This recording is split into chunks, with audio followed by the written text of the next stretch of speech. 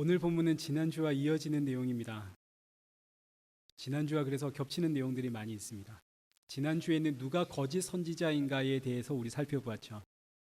거짓 선지자인지 참 선지자인지는 우리가 열매를 통해서 알 수가 있습니다. 이 열매가 어떤 열매입니까? 라고 이야기할 때 로마서 11장 17절에 기록되어 있는 것처럼 돌 감람나무의 비유를 기억하시면 됩니다. 이 땅의 모든 사람은 다 돌 감람나무입니다. 돌 감람나무이기 때문에 이 땅의 모든 사람의 열매는 다 돌입니다.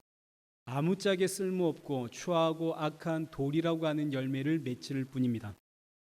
근데 거짓 선지자들은 이 돌을 가지고 여러분 이 돌을 크게 맺어야 됩니다. 이 돌을 많이 맺어야 됩니다. 이 돌을 아름답게 맺어야 됩니다. 라고 이 돌에다가 집중을 합니다. 그러나 이 열매는 아무리 많이 맺고 아무리 크게 맺었다 할지라도 이건 그냥 돌에 지나지 않습니다. 반대로 참 성도는 내가 돌 감람나무인 것을 잘 압니다. 그래서 나에게 나오는 것은 다 돌이라는 사실을 알죠. 성경에 보니까 좋은 열매를 맺지 못하는 나무는 다 어떻게 된다 하던가요? 찍혀서 불에 던져진다고 그랬죠. 그래서 내가 찍혀질 걸 압니다. 그런데 어느 날 내가 찍혀졌죠. 불에 던져지는 줄 알았습니다. 근데 세상에 불에 던져진 것이 아니라 이런 내가 돌 감람나무인 내가 찍혀서 참 감람나무에 접붙임을 당한 거죠. 이게 얼마나 놀라운 은혜입니까? 그럼 이제 돌 감람나무에서는 어떤 열매가 나오겠습니까? 참 감람나무에 붙어 있는 이 돌 감람나무에서는 어떤 열매가 나오나요? 여전히 돌이 나오는 거죠. 여전히 돌이 나오지만 이 감람나무는 나에게서 나오는 이 돌이라고 하는 열매를 볼 때마다 나는 찍혀 불에 던져지는 것이 마땅한데 예수님께 접붙임을 당했기 때문에 그 은혜로 산다고. 그래서 자신의 이 돌이라고 하는 열매를 보면 볼수록 날 구원하신 예수님께 감사 말고는 드릴 게 없고 날 구하신 예수님을 증거할 수밖에 없는 것, 이것이 참 선지자와 거짓 선지자의 차이라고 지난주에 우리 살펴보았습니다.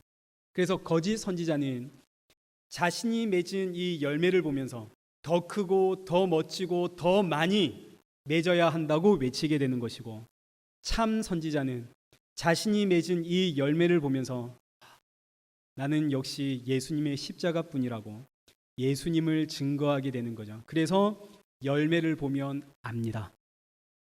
오늘 본문은 이 열매로 알리라라는 이 주제에 대한 부연 설명입니다. 계속 이어지는 내용인 거죠. 그리고 동시에 마태복음 7장 마지막에 기록된 예수님의 마지막 설교이기도 합니다. 마지막 비유. 그래서 이 열매로 알리라라는 이 주제는 사실 마태복음 5장부터 7장까지 예수님께서 산 위에서 선포하신 산상복음, 이 모든 복음의 결론입니다. 열매로 알리라. 이 열매를 보고 예수 그리스도를 믿는 자, 그가 천국 백성이다. 이것이 산상복음의 전체의 결론이 되는 거죠. 그래서 산상복음은 그 시작부터 우리 마태복음 5장 3절 말씀 보시면 심령이 가난한 자는 복이 있나니 천국이 저희 것이며, 이 말씀은 여러분 우리가 심령이 가난한 자가 돼야 됩니다. 그래서 천국의 복을 받으십시다. 이런 내용이 아니라 열매를 보면 안다고, 우리가 심령이 가난한 사람이 됩시다 하고 나오면 그는 거짓입니다. 이 말씀은 도무지 가난해지지 않는 나의 심령을 보면서 너무나 이기적인 나의 이 열매를 보면서 이런 나를 위해 십자가에 죽으신 예수 그리스도를 보라는 뜻입니다. 그래서 이 말씀 앞에 예수님을 보는 자, 그는 복이 있는 자요, 그는 천국을 받습니다. 자신의 열매를 보면서, 내가 맺은 이 열매를 보면서 예수 그리스도가 보이면 그는 너무너무 복된 자죠. 이것이 산상복음 처음부터 마지막까지 초지일관 한결같은 주제요 결론입니다. 예수님을 믿는 자, 그는 복된 자입니다. 그럼 이제 오늘 본문 21절 한번 보시죠. 열매로 알리라라는 이 주제에 대한 부연 설명입니다. 21절에서 23절까지. 누가 불법을 행하는 자인가? 21절. 나더러 주여 주여 하는 자마다 다 천국에 들어갈 것이 아니요 다만 하늘에 계신 내 아버지의 뜻대로 행하는 자라야 들어가리라. 그날에 많은 사람이 나더러 이르되 주여 주여 우리가 주의 이름으로 선지자 노릇하며 주의 이름으로 귀신을 쫓아내며 주의 이름으로 많은 권능을 행하지 아니하였나이까 하리니 그때 내가 그들에게 밝히 말하되 내가 너희를 도무지 알지 못하니 불법을 행하는 자들아 내게서 떠나가라. 불법을 행하는 자들이 누군가요? 불법을 행하는 자들은 첫째, 하나님을 주여 주여 부르는 자들입니다. 아니, 하나님을 주여 주여 부르는데 어떻게 그들이 불법을 행하는 자란 말입니까? 왜입니까? 그 이유는 이들이 부르고 있는 하나님과 예수님이 부르는 하나님이 다르기 때문입니다. 우리가 똑같이 하나님을 부르지만 내가 부르는 하나님이 예수님이 부르셨던 그 하나님과 다르다면 주님 다시 오시는 그날에 나는 하나님을 안다고 하나님께 나아가지만 그래서 주여 주여 부르지만 하나님은 나는 너를 모른다 하시는 거죠. 얼마나 무서운 말씀인가. 요한복음 8장 44절 말씀을 한번 보시면 예수님께서 바리새인들에게 너희가 부르는 아버지, 너희가 부르는 하나님은 마귀다 라고 하셨습니다. 그럼 내가 지금 이 순간 내가 부르짖고 있는 하나님이 마귀인지 아니면 진짜 참 하나님인지 이걸 어떻게 분별할 수 있나요? 어떻게 구분할 수 있을까요? 42절 하나님이 너희 아버지였으면 너희가 누구를 사랑한다고요? 예수님을 사랑합니다. 내가 지금 예수님을 사랑하고 있다면 내가 부르는 하나님은 참 하나님임에 틀림이 없죠. 그런데 예수 그리스도는 사라지고 그저 내게 복 주는 하나님만 남아 있으면 그 하나님은 마귀다 이런 이야기입니다. 그래서 44절 말씀을 보시면 너희 아비가 마귀인 이유는 욕심대로 너희가 너희 욕심을 위해서 하나님을 찾고 있기 때문에 그 하나님, 너의 욕망 채워주는 하나님은 마귀다 이렇게 이야기를 하는 거죠. 둘째로 불법을 행하는 자들은 다시 22절 말씀을 보시면 주의 이름으로 선지자 노릇을 하고 주의 이름으로 귀신을 쫓아내고 주의 이름으로 많은 권능을 행하는 자들입니다. 아니, 주의 이름으로 귀신을 쫓아냈고 주의 이름으로 병을 고치고 주의 이름으로 많은 권능을 행했는데 어떻게 그들이 불법을 행하는 자인가요? 누가 봐도 이들은 주의 종이지 어떻게 이들이 불법을 행하는 자입니까? 우리 지난주에 보았듯이 신명기 13장 1절 한번 보시죠. 너희 중에 선지자나 꿈꾸는 자가 일어나서 이적과 기사를 너에게 보이고, 여기서 꿈꾸는 자는 환상을 보는 자들입니다. 환상을 보고 기적과 기사를 행하는 선지자들이 있습니다. 누가 봐도 주의 종이죠. 주의 이름으로 권세와 권능이 일어나죠. 병고침이 일어나고 귀신이 도망가고 놀라운 일들이 일어납니다. 그런데 3절 너는 그 선지자나 꿈꾸는 자의 말을 청종하지 마라. 이는 너희 하나님 여호와께서 너희가 마음을 다하고 뜻을 다하여 너희 하나님 여호와를 사랑하는 여부를 알려하사 너희를 시험하려 함이니라. 그러니 주의 이름으로 귀신을 쫓아냈고 주의 이름으로 병을 고쳤고 주의 이름으로 각종 권능을 행하고 있다고, 야 저기가 진짠가 보다 그리로 쫓아가는 사람은 나는 하나님을 사랑하는 자가 아닙니다라는 증거가 될 뿐이다, 이런 이야기입니다. 그럼 난 뭘 사랑한 사람인가요? 나는 기적과 권능, 그걸 사랑한 사람이죠. 그럼 하나님을 사랑하는 자는 어디로 가야 됩니까? 기적과 권능이 일어났습니다. 그럼 그걸 보고 하나님을 사랑하는 자는 어디로 가야 되나요? 우리 지난주에 보았죠. 로마서 5장 8절 우리가 아직 죄인 되었을 때에 그리스도께서 우리를 위하여 죽으심으로 하나님께 우리에 대한 자신의 사랑을 확증하셨느니라.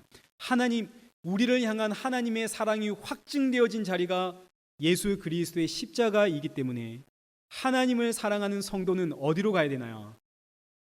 기적과 이적과 권능, 그거 쫓아가는 것이 아니라 내 눈앞에 하나님의 기적과 하나님의 권능이 일어나면 하나님의 백성은 예수 그리스도의 십자가로 나아가는 겁니다. 그러니 그날에, 본문 다시 22절 말씀 보시죠. 그러니 그날이란 마지막 날, 그 심판의 날을 뜻합니다. 그날에, 그 심판의 날에 하나님 앞에 나아가서 자랑스럽게 하나님 우리가 하나님의 이름으로 귀신도 쫓아냈고 우리가 하나님의 이름으로 권능을 행했습니다.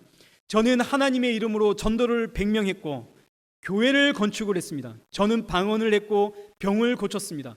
주의 이름으로 저는 각종 권능과 은사를 행했습니다. 하고 나오는 자들은 전부 불법을 행하는 자들입니다. 나는 너를 모른다. 누구냐 너는? 내게서 떠나라 이 불법을 행하는 자들아. 그럼 누가 하나님의 자녀인가요? 그날에, 그 마지막 날에 하나님 앞에 나와 저는 귀신을 쫓아낸 자가 아니라 오히려 저는 귀신 들린 자입니다.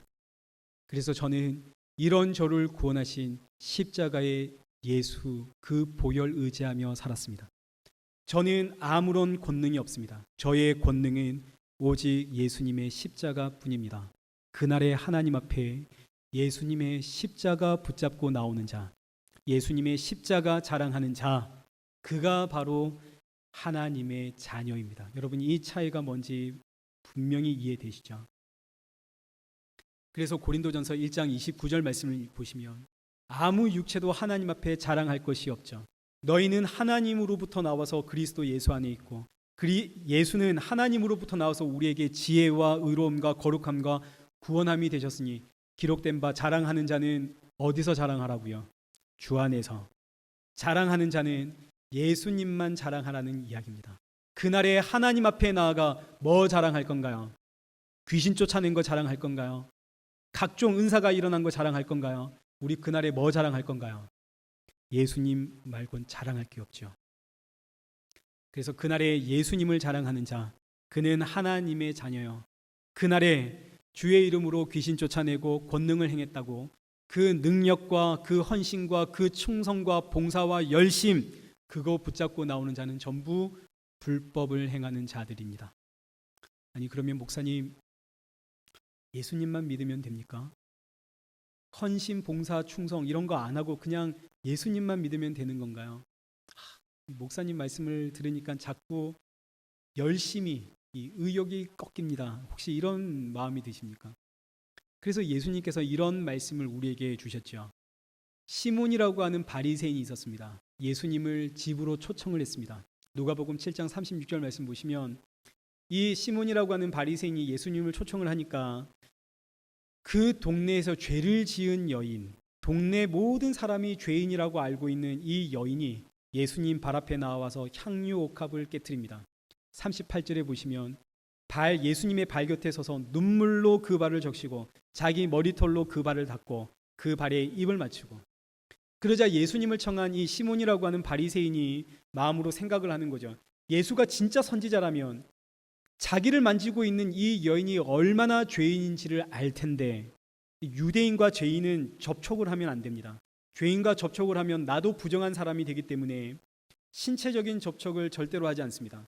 예수님이 진짜 선지자라면 이 여인이 나아올 때 죄인인 것을 안다면 나에게 다가오지 못하도록 막으셔야 할 텐데 그냥 두드라는 거죠. 그 생각을 하시는 예수님께서 이 바리새인에게 이런 이야기를 하십니다. 41절. 빚진 자가 둘 있습니다. 하나는 500데나리온을 빚졌고 하나는 50데나리온을 빚졌습니다. 갚을 것이 없어서 주인이 둘 다 탕감해 줬습니다. 그럼 둘 중에 누가 더 주인을 사랑하겠느냐? 43절에 시몬이라는 이 바리새인이 대답을 하죠. 많이 탕감받은 자가 주인을 더 많이 사랑할 겁니다. 너의 대답이 옳다 하시면서 44절. 내가 이 집에 들어왔을 때 너는 나에게 발 씻을 물도 주지 않았지만 이 여인은 눈물로 내 발을 씻었고 머리털로 내 발을 닦았고, 너는 내게 입 맞추지 않았지만 이 여인은 내가 들어올 때부터 입 맞추기를 쉬지 않았고, 너는 내 머리에 감람류도 붓지 않았지만 이 여인은 향유를 내 발에 부었느니라. 47절. 내가 내게 말하노니 그의 많은 죄가 사하여 줬도다. 이는 그의 사랑함이 많음이라. 사함을 받은 일이 적은 자는 적게 사랑하느니라. 이 말씀 그대로 우리에게 적용이 되는 말씀입니다. 많이 용서받은 자가 많이 예수님을 사랑한다, 이런 이야기죠. 내 죄가 얼마나 큰지 아는 만큼, 그래서 그 죄사함의 은혜가 큰 만큼 예수님을 사랑하게끔 되어져 있습니다. 성도는. 그래서 사함 받은 일이 적은 자는 적게 사랑하고 많이 받은 자는 많이 사랑하고, 체감에 따라 예수님 사랑하게 되는 거죠. 그러니 충성, 헌신, 봉사 이런 것들은 전부 예수님을 사랑하는 나의 표현에 지나지 않습니다. 그게 작든 그게 많든 예수님을 사랑하는 나의 그 표현인 것이지. 예수님 믿으면 끝났다고 했더니 그 예수님 믿으면 그럼 끝난 겁니까? 그럼 이제 충성 헌신 봉사 안 해도 되겠네요. 이 이야기는 나는 예수님을 사랑한 적이 없습니다. 이런 이야기가 되는 거죠. 예수님을 믿으면 크든 작든 사랑은 반드시 표현되게 되어져 있습니다. 크냐 작냐 이건 중요한 게 아니죠. 사랑은 드러나게끔 되어져 있습니다. 그러니 지금 오늘 이 순간 예수님 앞에 하나님 앞에 나오는 나의 이 충성과 헌신과 봉사와 열심이 과연 정말 예수 그리스도를 사랑해서 나온 것인지 아니면 의무로 나오는 것인지 우린 이걸 점검을 해야 되는 거죠. 의무로 나왔다면 아무리 내가 훌륭한 일을 했다 한들 불법에 지나지 않습니다. 정말 예수님을 사랑해서 나왔다면 사람들이 좀 몰라줘도 됩니다. 제가 지난주에 목사님 한 분을 만났는데 이 목사님은 저 다리 건너에서 목회를 하시는 목사님이십니다. 그 교회는 예배 후에 친교를 하는데 이 친교 시간에 가지는 식사나 간식을 성도들이 자발적으로 친교란에 자기 이름을 써서 그 주에 이렇게 친교를 자기가 본인들이 담당을 한다 합니다. 근데 이 목사님께서 친교란에 성도들이 자발적으로 이름을 쓰면 그걸 주보에 이제 옮겨 적는데 가끔씩 이름이 빠지고 쓸 때가 있다는 거죠. 그럼 그렇게 목사님께 섭섭하다고 또 저 뒤에서 목사님은 나만 싫어하는 거냐고 그런 이야기를 이제 제가 쭉 들었습니다. 제가 그 이야기 들으면서 참 감사한 게 저는 종종 주보에다가 오타가 나오는데 권사님을 청년이라 그러고 권사님을 집사님이라 그러고 근데 아무도 저에게 섭섭다 안 하시죠. 진짜 섭섭한데 말씀을 안 하시는 건지 뭐 아무튼 예수님을 사랑해서 우리가 나왔다면 하고 있다면 사람들이 좀 몰라줘도 됩니다. 조금 뭐 이렇게 그래도 괜찮죠. 괜찮죠 여러분? 아닌가요? 우리 다시 본문으로 돌아가서 지금까지 불법을 행하는 자들이 어떤 자들인지를 우리 살펴보았습니다. 불법을 행하는 자들은 다시 21절에 기록되어 있는 것처럼 천국에 들어갈 수 없습니다. 천국에 들어갈 수 있는 자는 오직 하늘에 계신 내 아버지의 뜻대로 행하는 자야만 됩니다. 그러면 하늘에 계신 내 아버지의 뜻대로 하는 자는 대체 누구인가요? 혹시 하나님 아버지의 뜻대로 행하는 자는 하나님이 우리에게 주신 이 말씀 그대로 지키며 살아가는 자를 이야기하는 걸까요? 그렇다면 바리새인들, 하나님의 말씀 앞에 흠없이 살았던 바리새인들은 틀림없이 천국 백성일 텐데 마태복음 23장 13절 말씀 보시면 서기관과 바리새인들은 천국 문을 사람들 앞에서 닫고 나도 들어가지 않고 들어가려 하는 사람도 들어가지 못하게 하려고 막는 자들이다. 15절에 서기관과 바리새인들은 교인 한 사람이 생기면 자신보다 배나 더 지옥 자식으로 만드는 자다. 그러니 하나님의 말씀 앞에 흠없이 살았던 이 성경 말씀대로 살았던 서기관과 바리새인들은 천국 백성이 아니라 어떤 백성이라고요? 지옥 자식이라고 하십니다. 지옥 자식. 예수님은 너희의 아비는 마귀다 이렇게 표현하셨습니다. 그러면 내 아버지의 뜻대로 행하는 자가 성경의 말씀대로 살아가는 자가 아니라면 아버지의 뜻대로 사는 자는 대체 누군가요? 요한복음 6장 40절 내 아버지의 뜻은 뭐라고요? 아들을 보고 믿는 자다. 아들을 보고 믿는 자, 그가 아버지의 뜻대로 행하는 자입니다. 아버지의 뜻대로 행하는 자는 하나님의 말씀대로 살아가는 자를 의미하는 것이 아니라 이 말씀을 통해서 이 말씀이 말하는 바 곧 하나님의 아들 예수 그리스도를 믿는 것, 이것이 하나님 아버지의 뜻대로 행하는 자입니다. 여기 성경 66권이 있습니다. 이 성경 66권을 가지고 여러분 하나님의 말씀대로 사십시오. 이것이 아니라 이 성경 66권을 통해서 왜 하나님의 아들 예수 그리스도가 이 땅에 오셔서 십자가에 달려 죽을 수밖에 없었는지 그 사실을 알고 믿는 것, 이것이 바로 아버지의 뜻입니다. 아버지의 뜻을 행하는 자죠. 그래서 그 예수 그리스도를 믿는 자가 천국 백성입니다. 자, 그러면 이제 누가 반석 위에 집을 지은 사람인지 이제 살펴보고 이제 말씀을 맺도록 하겠습니다. 24절 한번 보시죠. 24절과 26절은 두 사람을 비교하고 있습니다. 지혜로운 사람과 어리석은 사람을 비교하고 있는데, 그러므로 누구든지 나의 이 말을 듣고 행하는 자는 그 집을 반석 위에 세운 지혜로운 사람, 예수님의 말씀을 듣고 행하는 자는 반석 위에 집을 지은 지혜로운 사람. 그런데 26절, 예수님의 말을 듣고 행하지 아니하는 자는 집을 모래 위에 세운 어리석은 사람. 자, 그럼 여기서 반석 위에 집을 지은 사람과 모래 위에 집을 지은 사람을 이렇게 비교를 하고 있는데, 그 비교의 대상은 집이 아닙니다. 어디에 집을 세웠느냐, 이걸 비교하고 있는 거죠. 나의 이 말을 듣고 행하는 자, 그는 집을 어떻게 지었느냐, 부지런히 집을 지었느냐, 게으르게 집을 지었느냐, 이런 걸 비교하고 있는 게 아닙니다. 어떤 집의 겉모습, 외양, 이걸 비교하고 있는 것이 아니라 나의 이 말을 듣고 집을 어디 위에다가 세웠느냐, 이걸 비교하는 거죠. 어디 위에다 집을 세웠느냐. 그래서 비교의 대상이 반석과 모래입니다. 반석은, 여러분, 반석은 뭔가요? 우리가 너무 잘 알죠. 반석은 예수님이 반석입니다. 고린도전서 10장 4절 말씀을 보시면 마태, 마가, 누가, 요한 이 사복음서를 해석한 게 서신서죠. 예수님이 반석 위에 집을 지어라. 도대체 반석이 뭔가? 그럼 서신서의 반석을 뭐라고 해석해 놓았는가, 이거 보면 되는 겁니다.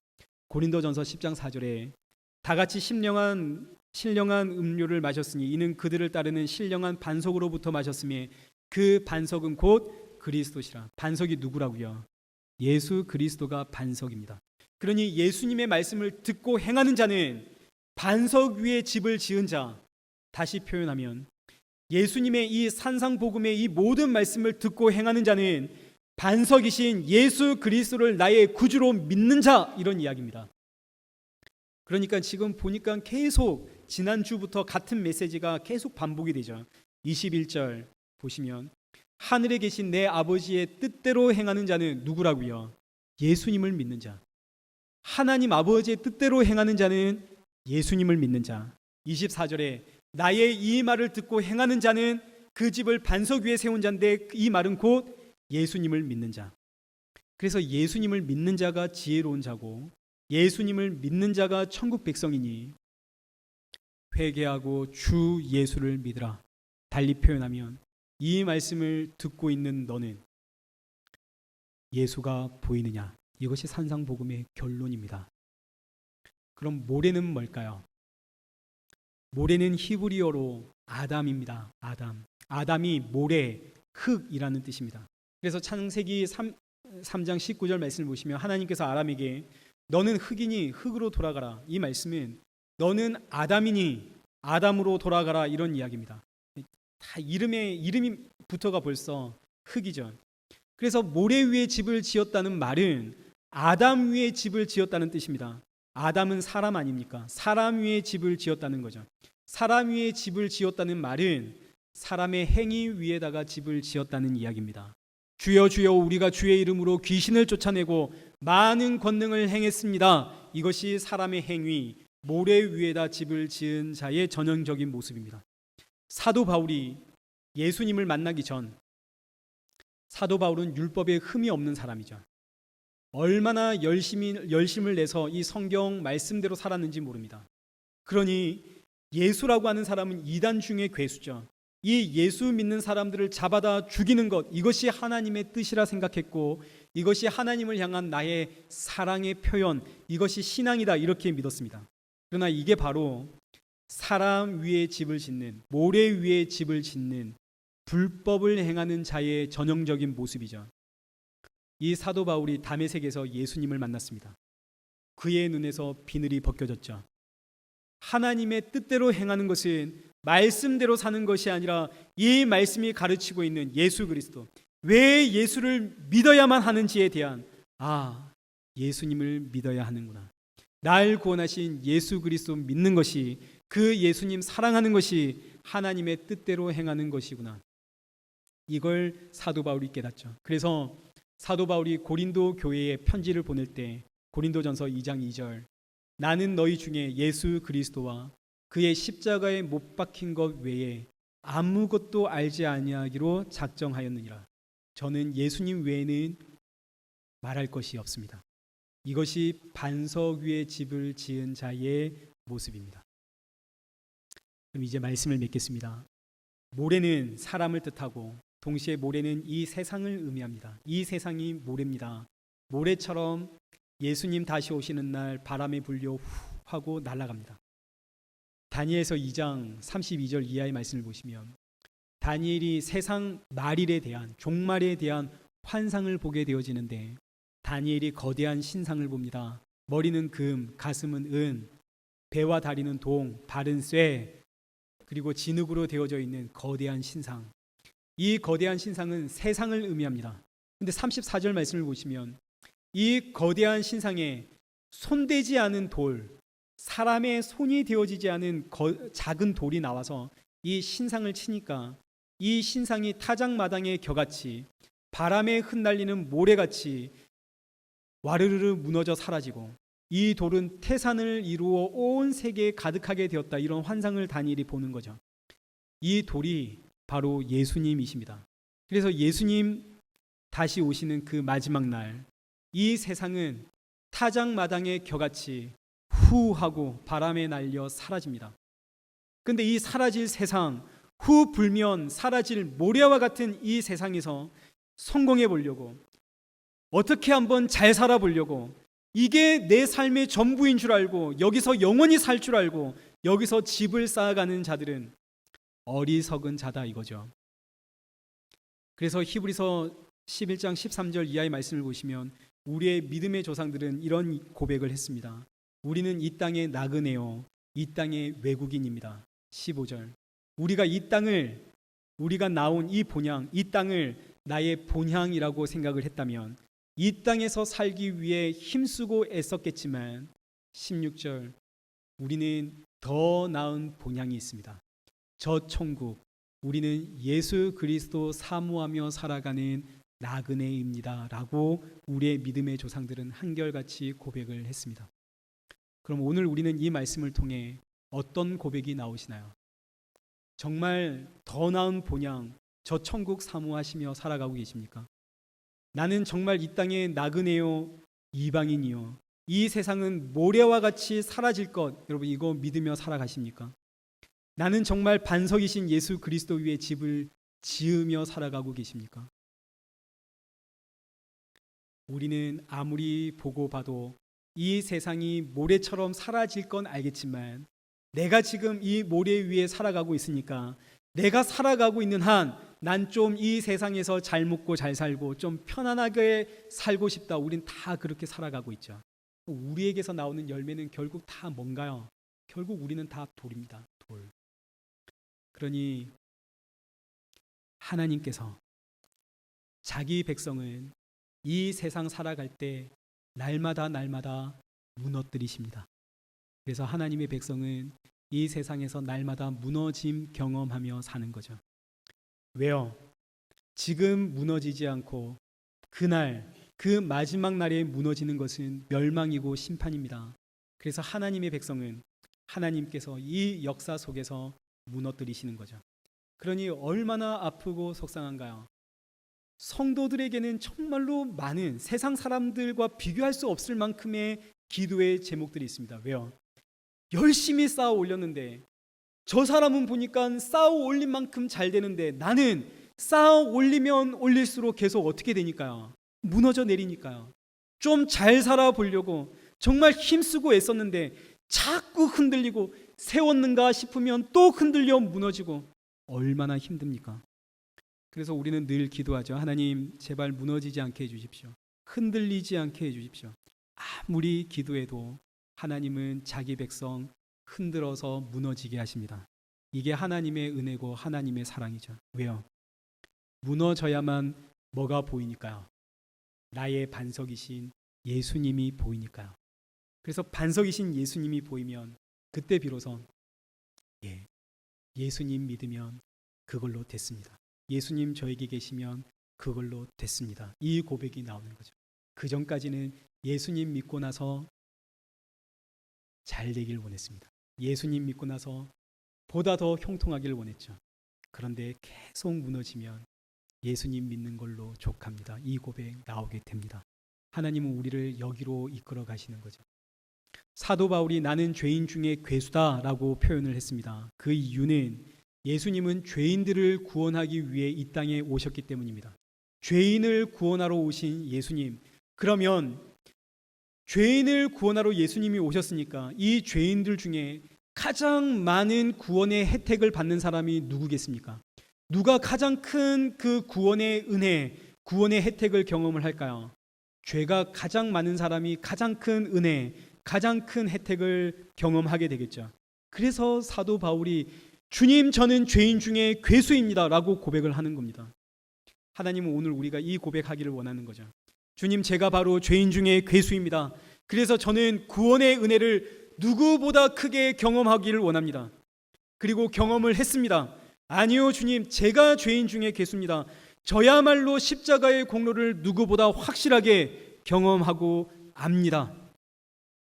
이 세상 살아갈 때 서로 내가 죄인 중에 괴수라며 나야말로 십자가를 안다고 십자가 자랑하고 예수님의 십자가 그 보혈 자랑하는 서로가 그런 성도 되라고 이 세상 무너뜨리시고 반석이신 예수님만 보게 하시는 것, 이것이 하나님의 사랑이요 하나님의 은혜입니다. 사랑하는 성도 여러분, 예수님 믿으십니까? 그럼 그걸로 됐습니다. 이 세상은 모래고 우리는 나그네입니다. 이런 세상에서 예수님 믿었으면 그걸로 됐습니다. 이 은혜가 오늘 저와 여러분 안에 넘쳐 흐르길 축원합니다.